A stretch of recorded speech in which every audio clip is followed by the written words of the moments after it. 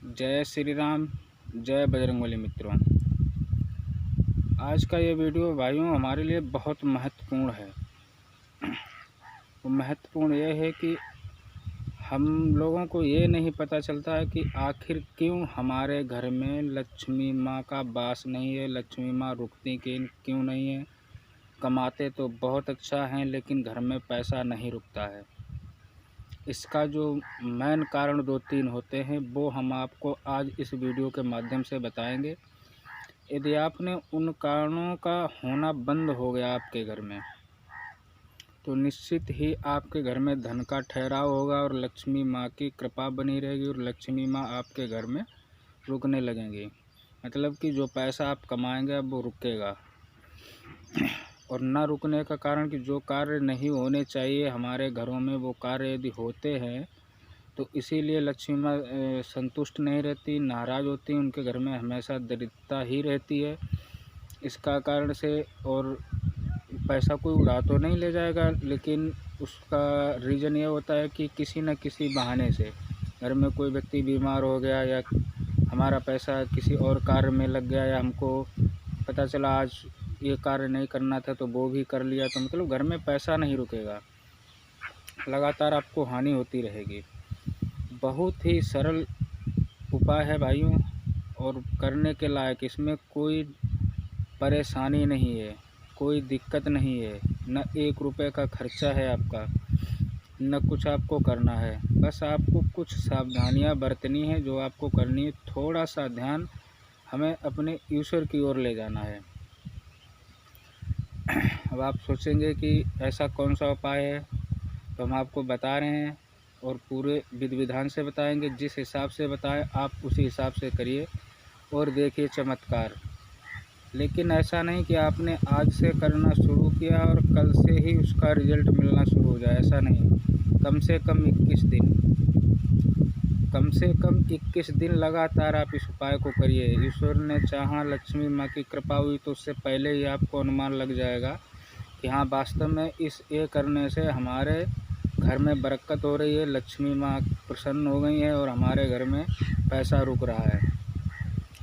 बहुत ही बढ़िया वीडियो है ये, इसको स्किप ना करें।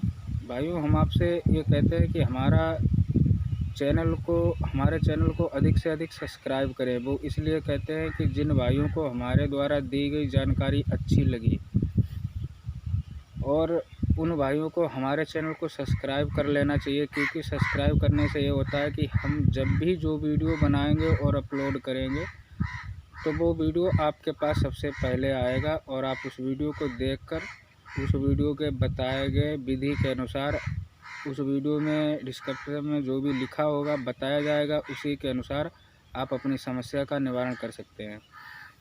हमारा उद्देश्य ये कि हाँ, हम आपको सरल से सरल उपाय बताएं ताकि आपको करने में भी दिक्कत ना हो। देखिए भाई, ये उपाय हैं पैसा रुकने के, व्यर्थ में खर्च नहीं होंगे। ऐसा नहीं कि इन उपायों, छोटे छोटे उपायों से आप मुकेश अंबानी बन जाओ या धीरू भाई अंबानी बन जाओ, इतने रईस हो जाओ, ऐसा नहीं है। हाँ, आपकी आर्थिक स्थिति है उसमें सुधार आएगा, धीरे धीरे आप प्रगति करेंगे, उन्नतशील बनेंगे। ऐसा होता है इन उपायों से। बहुत से लोग साधना सिद्धि के बल पर सोचते हैं कि हम रईस हो जाएंगे, पैसे वाले बन जाएंगे।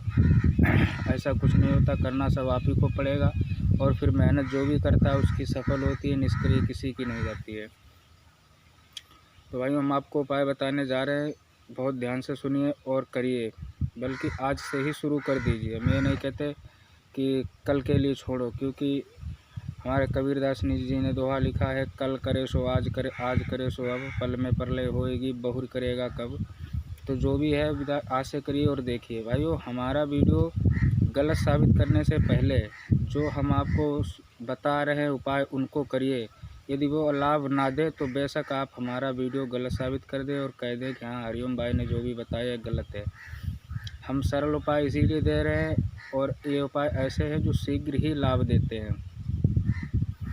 उससे पहले ये मत कहिएगा कि हाँ भाई, ये तो सब ढोंग फैला रहे हैं, बाकी यूट्यूब पर गलत वीडियो आते हैं। भाई देखो, बाकी कैसे आते हैं ये हम नहीं जानते, ना किसी के बारे में हम टिप्पणी करते हैं कि उसके वीडियो गलत है, उसके सही है। लेकिन मैं अपने वीडियो की गारंटी लेता हूँ कि जो उपाय मैं जिस हिसाब से बताऊँगा, यदि आपने उसी हिसाब से वो उपाय किया तो आपको लाभ 100%, 99 नहीं 100% आपको लाभ होगा। ये मेरी गारंटी है। तो आपको ध्यान से सुनिए, आपको क्या क्या करना है। देखिए, शाम के समय हर व्यक्ति के घर में ऐसा होना चाहिए कि जो शाम का समय होता है, हमारी पूजा का समय होता है, आरती का समय होता है, उस समय कोई भी व्यक्ति घर में सोए ना। इसका बचाव करना बहुत आवश्यक है कि घर में कोई भी व्यक्ति सोना नहीं चाहिए उस समय। शाम के समय कोई भी व्यक्ति सोए ना। शाम के समय ना ही तो आप खाना खाएं। पता चला दिन ढल रहा है, समय है हमारे जो घर में बैठे हैं भगवान, जिनको हम बिठा के रखा है, उनकी पूजा आरती करने का, और आप खुद ही भोजन कर रहे हैं। अरे भाई, पूरा दिन पड़ा है, पूरी रात पड़ी है, चाहे जब खाना खाइए, चाहे जब सोइए, चाहे जब आराम कीजिए, बस थोड़ा सा समय है, इसको बचा दीजिए। क्योंकि माता लक्ष्मी के आगमन का समय 2 ही होते हैं, एक सुबह 4 बजे ब्रह्म मुहूर्त में 4 से 5 बजे के लमसम में, और शाम को समय तो निश्चित नहीं कर सकते, लेकिन जो दिन की अवस्था है वो निश्चित कर सकते। सूर्य ढलने के बाद तुरंत, ना अंधेरा हो ना सूर्य की रोशनी हो, वो समय हमारा संध्या का समय पूजा पाठ का होता है, आरती का होता है। तो उस समय वही करिए जो होना चाहिए। शाम के समय कभी घर में झगड़ा ना हो, उपाय के कभी भी झगड़ा नहीं करना चाहिए शाम के समय। वैसे भी झगड़ा घर में कलह होने से धन का अभाव रहता है, धन की हानि होती रहती है। घर की कलह को ही मिटाना चाहिए, घर में कभी भी झगड़ा नहीं होना चाहिए। वैसे भी शाम को ज़्यादा तेज़ कोलाहल, जिसे बोलते हैं कि ज़्यादा तेज़ आवाज़ भी नहीं होनी चाहिए। अब एक दूसरे से बात कर रहे हो, आप ऐसे कर रहे हो जैसे एक दूसरे से झगड़ रहे हो, ऐसा भी नहीं होना चाहिए। झगड़ा नहीं होना चाहिए, ना ही तेज़ आवाज़ में ज़्यादा बात करनी चाहिए। बात नॉर्मल टाइप से करें, ताकि झगड़ा की जो शोरगुल सुनने से ही माता रानी जो है वो आपके दरवाजे तक आते आते वापस हो जाती है। सोचती चलिए इनके घर तो कलह मची हुई है, झगड़े हो रहे हैं, तो यहाँ हमारा क्या काम है, तो उससे नाराज़ हो जाती हैं हमारी माता जी। तो आपने सोचा, ना ही तो शाम के समय में नाखून काटना चाहिए, ना ही तो शाम के समय हमें झाड़ू लगाना चाहिए, और ना ही तो हमें शाम के समय बाल काटने चाहिए।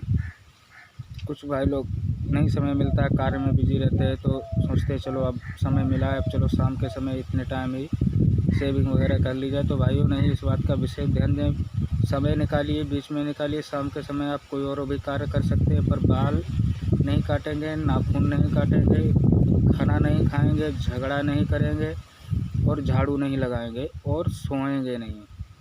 सोने का तात्पर्य ये नहीं कि आप ज़रूरी नहीं कि नींद में आराम भी नहीं करेंगे, चारपाई पे लेटेंगे नहीं, बैठ सकते हैं। हमारे जो बुज़ुर्ग हैं, असाध्य हैं, उनके लिए तो कोई नहीं, लेकिन जो क्रिया करने के लायक हैं उन पर सभी पे ये नियम लागू होता है। और शाम के समय एक कार्य है जो आपको वास्तव में आर्थिक स्थिति में इतनी जल्दी सुधार लाएगा जो आप सोच भी नहीं सकते। हमारे घर में जो भी देवता रखे हैं, चाहे हमारे घर का मंदिर हो, चाहे हमारे कमरे में हो, कहीं पर भी जहाँ उन्हें स्थापित किया है, जहाँ पर हम उनकी पूजा आराधना करते हैं, तो वहाँ पे हमें धूप बत्ती जलानी चाहिए सुगंधित, और ओम जय जगदीश हरे, ये भगवान विष्णु की आरती है। इस आरती को आप करिए। हो सके तो पूरा परिवार उस शाम के समय इकट्ठा हो जाइए, अपने हाथ पैर धोइए, स्वच्छ रूप से हो जाने के बाद में ही आरती करें। देसी घी की आरती जलाएं और आरती करें। यदि देसी घी ना हो तो कपूर भी जला लें, कोई दिक्कत नहीं है, कोई समस्या वाली बात नहीं, लेकिन इन दो में से एक चीज़ होनी चाहिए। कपूर की भी आरती शाम के समय आप कपूर की भी कर सकते हैं, सुबह के समय तो देसी घी की होती है, लेकिन शाम के समय आपके पास 2 ऑप्शन है, चाहे तो कपूर की आरती कीजिए और चाहे तो देसी घी की आरती कीजिए। दोनों से ही अधिक से अधिक लाभ मिलता है। लाभ क्या क्या है? शाम के समय तो आप विष्णु भगवान की पूजा करेंगे, माता लक्ष्मी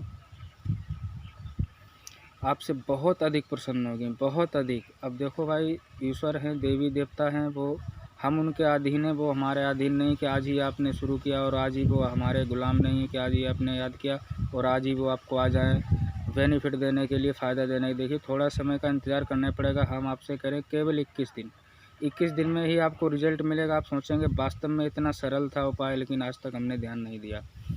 तो आप देखिए कि इस उपाय को करने से आपको कितनी अति शीघ्र लक्ष्मी माँ की कृपा प्राप्त होती है। आपके घर में लक्ष्मी माँ का वास हो जाएगा। ये क्रिया नित्य ही करनी चाहिए। ऐसा नहीं कि आपने 20-21 दिन कर दी उसके बाद में छोड़ दिया। भाई जब तक करेंगे तब तक ही। जितना गुड़ डालेंगे उतना ही दूध मीठा होगा। बाकी दूध में यदि नहीं डालेंगे तो वो स्वतः ही मीठा नहीं हो जाएगा। इसलिए आपको कह रहे हैं, आपको नित्य प्रति शाम के समय पूरे परिवार के सहित भगवान विष्णु की श्री ओम जय जगदीश हरे की आरती करनी चाहिए। चाहे देसी घी से करिए और चाहे कपूर से। दोनों से ही माता लक्ष्मी प्रसन्न होती हैं और माता लक्ष्मी का आगमन होता है। सुगंधित धूप बत्ती जरूर जलाएं या अगरबत्ती, दो में से जो भी आपके पास उपलब्ध हो उसको जरूर जाए, उसके बाद में ही आरती करें। आज के वीडियो में बस इतना ही भाइयों। मिलते हैं आपको एक नई जानकारी के साथ अगले वीडियो में। तब तक के लिए जय श्री राम, जय बजरंगबली।